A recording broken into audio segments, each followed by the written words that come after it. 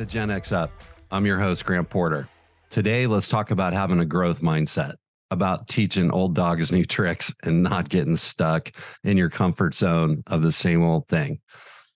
Just showing up for this podcast and listening means that you're willing and able and you're ready to get a vision and to create a life that you don't just want, but one that's just in your future that you haven't realized yet. We're going to work on our vision. We're going to work on our mindset. We're going to work on clearing the decks. But tonight, let's talk about all the things that we've gone through that set us up as Gen Xers for that kind of success. We started out in the 70s and 80s with technology that to today's standards is archaic. To think that, our iPhones or mobile phones have more computing power than the Apollo mission did. To go from big wooden boxes with cathode tubes playing Pong to immersion virtual reality games. We have watched landlines with voicemails transition to pagers, to cell phones, to the type of smart devices we have now with cameras that are just unbelievable in our pocket all the time, along with enough tools that would make a Swiss Army knife jealous. We are Gen Xers. You are a Gen Xer, and you can do anything. What happens with some people, though, is you get in a comfort zone. You get beat up by the things that have happened in your life. You've gotten into a rut, and you start to believe you can't do something new. Be that today, Chat GPT, if you haven't been introduced to it yet, artificial intelligence is going to be rocking our world in the next months. And in the next years, it's just going to be insane, the changes. So being able to embrace change and to roll with the punches and to grow and to learn is key to your developmental success. So when I talk about, keeping a growth mindset, it's good to look for role models. And I did a little research and I ran into a guy that I had never heard about before. He's a pickleball guy. He's like knocked it out of the park, but he didn't get into it until his 50s, along with ultra marathon running and building an empire around pickleball. He started out, from what I understand, at 45 with a company called Interface Group, became a business leader, seemingly made some good money. When he picked up pickleball, he was winning regional tournaments, earned a spot on the U.S. Pickleball Association National Hall of Fame, currently is the president and founder of the International Pickleball Teaching Professional Association, and serves as the president of the Hall of Fame. So he's a best-selling author, a speaker, and an ultramarathon runner. He is a guy that turned the juice on at about 45 years old. Now, he's not a Gen Xer. He's a boomer. He's about 10 years older than the oldest Gen Xers, born in 55. But it's cool to learn about people like that who just, say, fuck it. I'm 50 and I'm going to crush it. Kelly Slater, surfer, still crushing. Robbie Nash, windsurfer, in his late 50s, still crushing. You can do anything with a growth mindset. But if you start to sit back and go, I can't do that. I can't learn this thing. I can't push myself into that. You're setting yourself up for failure. When you do accept doing the new technology, and as you've probably experienced in your life already, there was probably a moment where you're like, God, I don't want to learn this. This is a lot. But then once you adopted it, say your phone that's in your hand right now, when you switch from a BlackBerry or a flip phone to that, it was different. And it was hard because it was all new, but it was also exciting. So keep that in mind. Working on a growth mindset is going to be a great thing to help you develop and enhance your life and work on your vision moving forward.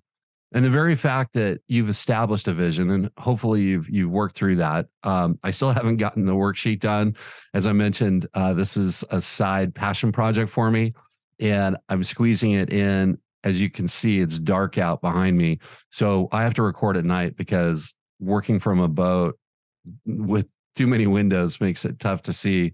And I believe I've shared in earlier podcasts that part of my vision is to get not a powerboat, but a sailboat to sail around the world on. And tomorrow I'm actually going to go do the sea trial and survey. So we may have a different set to work from coming up soon. But with all that, trying to fit this in as a passion project is there's just not enough hours in the day for that work and everything else.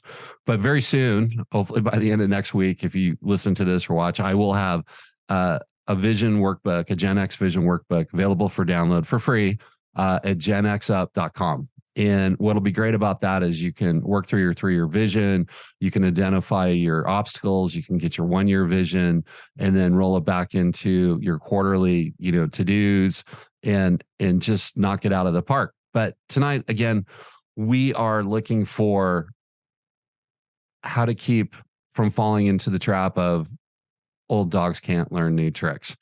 So a couple things I would say is embrace your challenges. Rather than avoiding difficult tasks or situations, seek out challenges and opportunities and learn to grow. The second thing is learn from mistakes. Instead of getting discouraged or giving up when things don't go as planned, use mistakes as learning opportunity to improve and to do better next time. Practice self-reflection. Take time to reflect on your thoughts, your feelings, and your actions, and consider how they may be holding you back from achieving your goals. Using the correct kind of language. I can do this versus I can't do this. I'm always a failure. I'm always a winner. I don't always get there, but I always try. Think about how you talk to yourself in your head. Also seek feedback, from others on your performance, whether it's family, relationship, coworkers, as you're trying to grow and learn new things. It's good to have somebody say, yeah, you're kicking ass, keep it up. Or, you're slacking and you need a little more love and we're going to give it to you. The vocabulary, again, I can't overemphasize that, use words as yet, not yet, instead of, or I should say, use words as yet and not yet instead of can't and never. I'm trying to instead of I can't. I will learn from this instead of I failed. Find role models. Look for people who embody a growth mindset and learn from their examples. I was also thinking about, from our generation, guys that sort of embody that.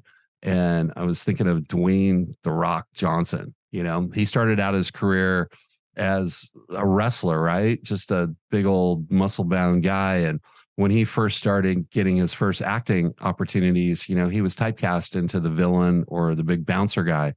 And look what he did. He created a brand for himself and is one of the highest paid actors in Hollywood. And I believe he's a producer too. There's other examples in fictional characters, Tony Stark, right? The obnoxious billionaire who's just a douchebag and self-absorbed to becoming a superhero and saving the world. That's a big growth mindset, a lot of change in the personas of people. And it's cool to look at how people can grow and change from both their mistakes and just the self-awareness of, getting off their ass and doing things. So stay positive, cultivate a positive attitude, stay optimistic about your ability to improve and achieve your goals, and specifically to achieve your 3-year vision. Having that out on the horizon as not a want, but an element that's coming to your life, a reality that's coming to your life. It's just not realized today. So again, developing a growth mindset, it takes a lot of time and effort. It's not a one-time deal. It's an ongoing event and process. But by implementing, these techniques, you can gradually shift your mindset and become more open and learning and grow. So, let's all go out and be some big dogs and learn some new tricks this coming year. I mean, we're a month into 23. We've got 11 months and about a week and a half to keep rolling. As I've mentioned in past podcasts, this is brand new for me. I'm still learning and growing as I do this. So this is pushing my growth mindset. I would appreciate it if you have found genXup, if you shared it, if you subscribe, if you comment, as the algorithms make a huge difference for how it shows up in the pod feeds and on YouTube. So on genxup.com, there's links for all the different podcast locations, along with the YouTube channel. And I'm working on building out social media. I also have on Facebook, the genXup community, which as time progresses, my hope is that more Gen Xers will engage inside of there, find accountability partners, tell their stories, share their successes and gains and what their visions are. So That's it for genXup and for me tonight. But whenever you're listening to this, have a great day or evening and take care. Bye.